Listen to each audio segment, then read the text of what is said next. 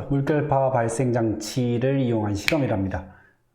그래서 깊은 곳과 얕은 곳에서 물의 속도가 달라지거든요. 이랬을 때 어떤 무늬가 나타나는지 이걸 이야기하는 건데, 먼저 선생님이 파도가 칠 때 어디 있었나? 여기 파도가 칠 때 파도가 해안선 방향으로 이렇게 배열된다고 했었잖아요. 이거에 대해서 자세하게 설명을 드리겠습니다.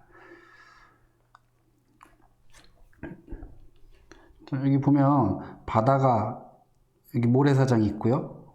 바다가 이렇게 깊어지겠죠? 물은 이렇게 바닷물이 있겠죠? 자, 이랬을 때 깊은 곳에서는 속도가 빨라요. 그리고 얕은 곳에서는 속도가 느려요. 이런 특성을 보이거든요. 그렇게 되면 이제 이게 어떻게 되느냐? 이걸 위에서 한번 볼게요. 파도가 여기에 모래사장이 있고요. 바다가 이렇게 있다라고 해봅시다. 이쪽은 깊은 곳이고 이쪽은 얕은 곳이에요. 그럼 파도가 예를 들어 이런 방향으로 들어왔다고 해볼게요. 화면이 이렇게 파도가 이렇게 돼 있고 위에서 봤을 때 파도가 이렇게 진행하는 거겠죠. 자, 이렇게 됐을 때 한번 보겠습니다. 깊은 곳에서 더 빠르다고 했어요. 이쪽 면은 좀 얕은 곳이고 이쪽 면은 깊은 곳이죠. 그러면 깊은 곳에서 속도가 더 빠르고 얕은 곳에서 더 느리다고 했어요. 그러면 파도가 이렇게 회전하는 거겠죠. 자, 여기서도 마찬가지로 여전히 이 아래쪽이 더 깊고 이쪽은 얕을 거예요. 그러면 얘는 요만큼 가는 동안 얘는 이만큼 가는 거예요. 자, 그래서 또 돌아가요. 아직 약간의 차이가 존재하죠? 그래서 이쪽은 빠르게 가고 이쪽은 여전히 느립니다. 그래서 이렇게까지. 그래서 해안선 모양하고 동일해질 때까지. 왜냐하면 이 해안선 모양이 이 깊이로 나타나게 되거든요. 바다가 해안선 쪽으로 올수록 얕아지잖아요. 그래서 파도가 휘어서 들어오는 겁니다. 그래서 결국 그 해저 모양에 따라서, 그러니까 해저 모양은 결국 해안선하고 똑같이 돼버려요. 그래서 그 해저 모양에 맞춰서 파도가 들어온다 라고 여러분들 생각하시면 되겠습니다. 카메라가 좀 이상해서 잠깐 멈췄었습니다. 그래서 파도가 이렇게 들어오는 거예요. 그리고 여러분들 바다 나가서 놀다 보면 파도가 칠 때 파도가 마지막에 부서지거든요. 얘가 이렇게 파도가 오잖아요. 그러면 해안 가까이로 오면은 얘가 부서지거든요. 왜 부서지는지 설명해 줄게요. 자, 이거 좀 지우고 하자. 지우고, 바다가 이렇게 있고요. 바닷물이 이렇게 있어요. 파도가 이렇게 파도가 치고 있는데 여기 낮은 부분의 높이랑 여기 높은 부분의 높이 차이가 존재하죠. 예를 들어 여기가 9라고 하고 여기가 10이라고 해봐요. 파도 크기가 1인 거죠. 이 크기가 1이에요. 근데 해안선 가까이 오잖아요. 이렇게 오잖아요. 그럼 여전히 이 크기는 1인데 실제로는 조금 더 높아져요. 실제로는 조금 더 높아지는데 여전히 1이라고 해봅시다. 여전히 1이고 여기 높이는 비교해 보니까 예를 들어 얘가 4면 얘가 5 되는 거예요. 여기까지 왔다고 해봐요. 그러면 여기 높이가 1, 여기 높이가 2 되는 거예요. 근데 아까 뭐라 그랬어요? 깊이가 깊을수록 속도가 빠르다 그랬죠? 그러면 자, 이 봉우리가 여기보다 더 빠를 거예요. 근데 그 차이는 그렇게 크지 않아. 10% 정도 차이밖에 안 나. 그죠? 여기서는 어때요? 20% 차이가 나죠? 여기서는 2배 차이가 나죠? 자, 그러면 가까이 해안선에 다가오게 되면 이 윗부분하고 아랫부분의 속도 차이가 커져요. 윗부분은 빨리 가고요. 아랫부분은 천천히 가요.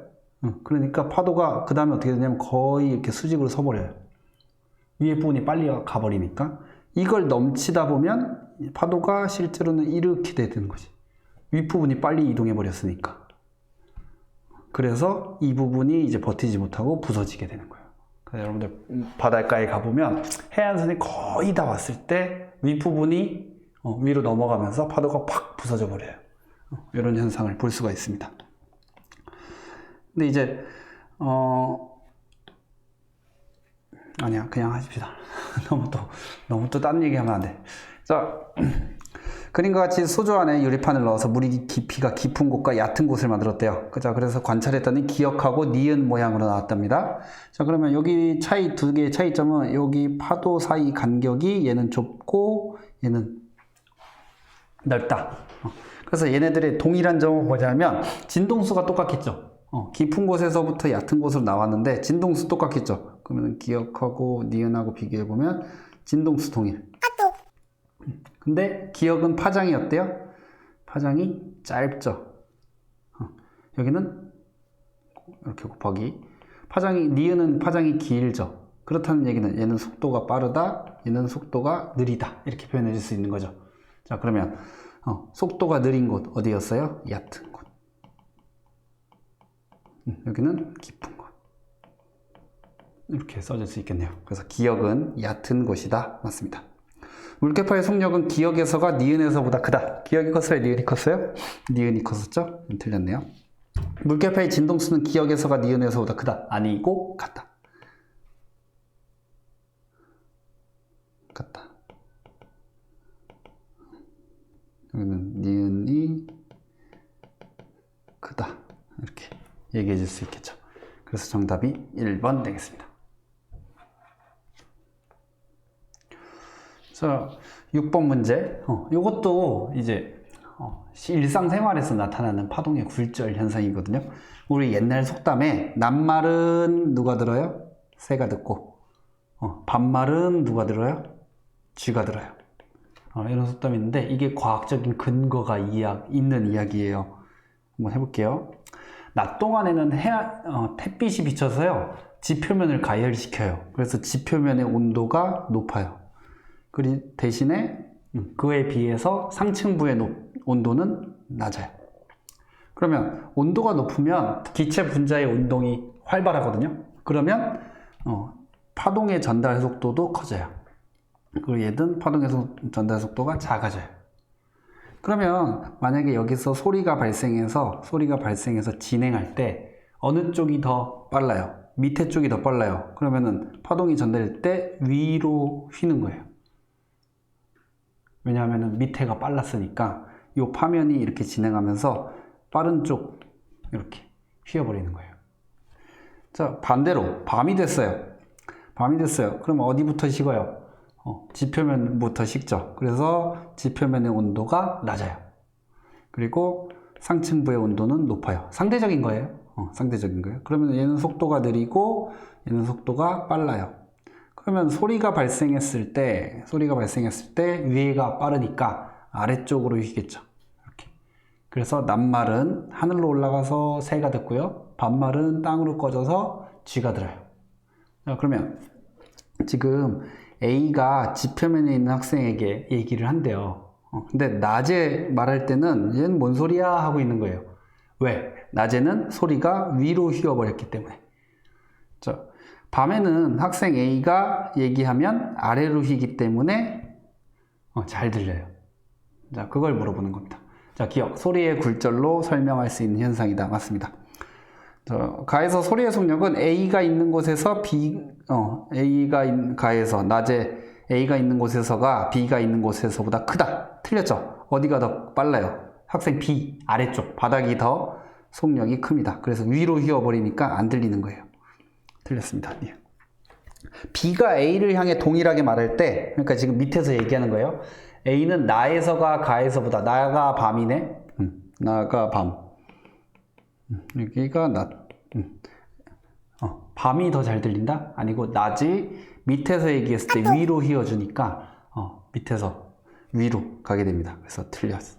이건 틀립니다. 정답이 1번 되겠습니다. 속담에도 이런 과학적인 원리가 숨어 있습니다.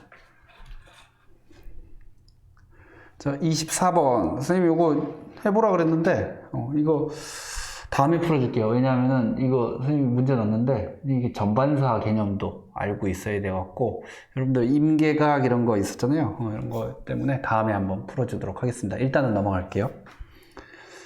자, 그림은 파동이 매질 1에서 2로 진행하는 현상을 포장도로와 잔디밭에서 구르는 바퀴에 비유했대요. A, B, C가 대화를 합니다.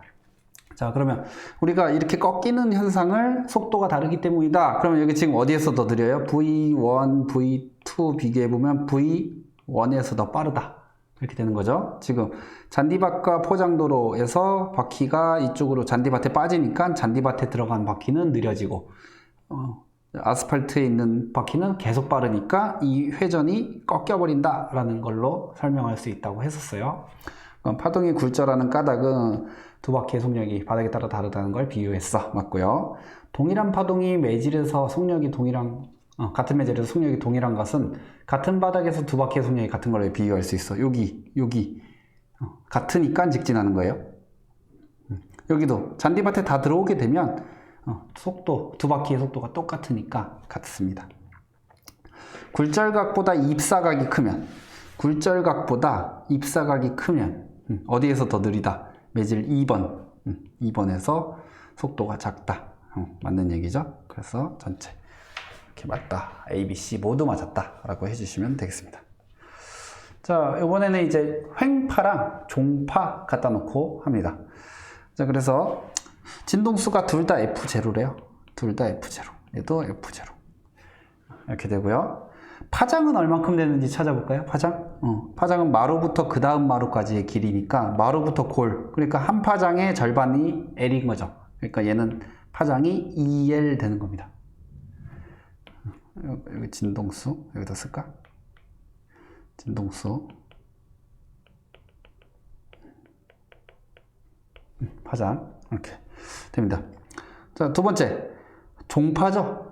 종파는 여기 밀항구부터 그 다음 밀항구까지의 거리가 파장이라고 했었죠. 그러니까 얘는 파장이 L 이만큼 됩니다. 두 개 곱한 것이 속도죠. 그래서 얘 속도는 EF0L, 얘는 속도가 F0L 이렇게 되는 겁니다. 자, 지진파의 P파는 나와 같은 종류의 파동에 해당된다. 맞죠? 그래서 지진파의 P파 그리고 음파 이런 것들이 종파에 해당하는 겁니다. 그래서 기억 맞았고요. 자, 니은 파동의 속력은 가에서가 나에서의 2분의 1배이다. 2배죠. 파동의 속도는 2배 됩니다. 틀렸고 2배 하시면 되겠고요. 나에서 얘에서 진동수를 F0보다 크게 했대요. 자, 파동의 속력은 고정돼 있어요. 그러니까 이거 두 개 곱한 값이 일정해야 돼. 그런 상황에서 F0가 커지면 L은 짧아져야 되겠죠. 빨리 흔드는 거야. 빨리 흔들면 이 파장이 짧아지는 거예요. 자, 그래서 파동의 속력이 증가한다. 이거 아니고 파장이 감소한다. 이렇게 얘기해 주시면 되겠죠. 그래서 이거 틀렸습니다. 정답이 기억만 맞았네요. 1번 되겠습니다. 잘 풀만하죠? 풀만하죠? 자, 그 다음 마지막 문제. 가는 시간이 t절일 때 x축을 따라 진행하는 파동의 a, b의 변이를 위치 x에 따라 나타낸 것이다. 그러니까 이게 지금 그래프가 두 개가 다른 거예요. 얘는 변이 위치 그래프고요. 얘는 변이 시간 그래프죠. 자, 그렇게 됩니다. 나는 x가 4m인 위치, 그러니까 여기 이 점에서 a가 어떻게 진동하는가 이걸 표현해 준 거예요. 여기서 물어보는 건 뻔하긴 한데 하나씩 해보겠습니다. A와 B의 진행 속력은 같다 라고 했습니다. 일단 그래프에서 알아낼 수 있는 게 뭐예요? 일단 파장 알아낼 수 있죠. 파장 A랑 B랑 있는데 A의 파장은 이만큼 되니까 4m, B의 파장은 얼마큼이냐면 끝났네? 전체는 없지만 우리가 조각을 낼 수 있었잖아요. 그래서 출발해서 이만큼이면 반조각이었죠. 반조각이 4m니까 전체는 8m. 이렇게 파장 찾아냈습니다. 또 알아낼 수 있는 거, 주기 알아낼 수 있죠. 주기는 A의 변이를 보니까 시간에 따라 나타나니까 한 번 진동하니까 얼마? 4초.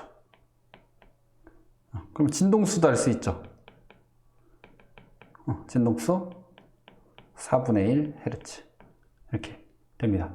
그럼 파장, 주기, 진동수 알고 있으니까 속력도 알 수 있네. 파동의 속도 알 수 있습니다. 그러면 파장 나누기 주기 혹은 파장 곱하기 진동수 해주면 되겠죠. 그래서 1m/s인 거 알아낼 수 있어요. 근데 문제에서 뭐라 그랬냐면 A와 B의 진행 속력은 같다 그랬어. 그럼 얘도 1m/s가 돼야 되겠죠. 그러면 얘 속력이 1m/s 나오고 파장이 8m면 진동수는 얼마나 돼야 돼요? 8분의 1Hz 돼야 되는 거고 주기는 8초. 이런 거 찾아낼 수 있겠죠? 자, 그래서 기억 이제 알아봅시다. 기억부터 A의 진행 방향은 마이너스 X 방향이다. 얘가 지금 이 파동이 오른쪽으로 가는지 왼쪽으로 가는지 물어보는 거거든요. 이거 어떻게 알아내냐면 자 보시면 X는 4m인 위치에서 A의 변이를 나타냈다 그랬죠. 그러면은 X가 4m인 지점이 올라가죠. 위로 올라가려면 이 지점에 낙엽 하나 띄어놨는데 얘가 이 낙엽이 올라가려면 이 A의 파동이 어디로 이동해야 돼요? 얘가 위로 올라가려면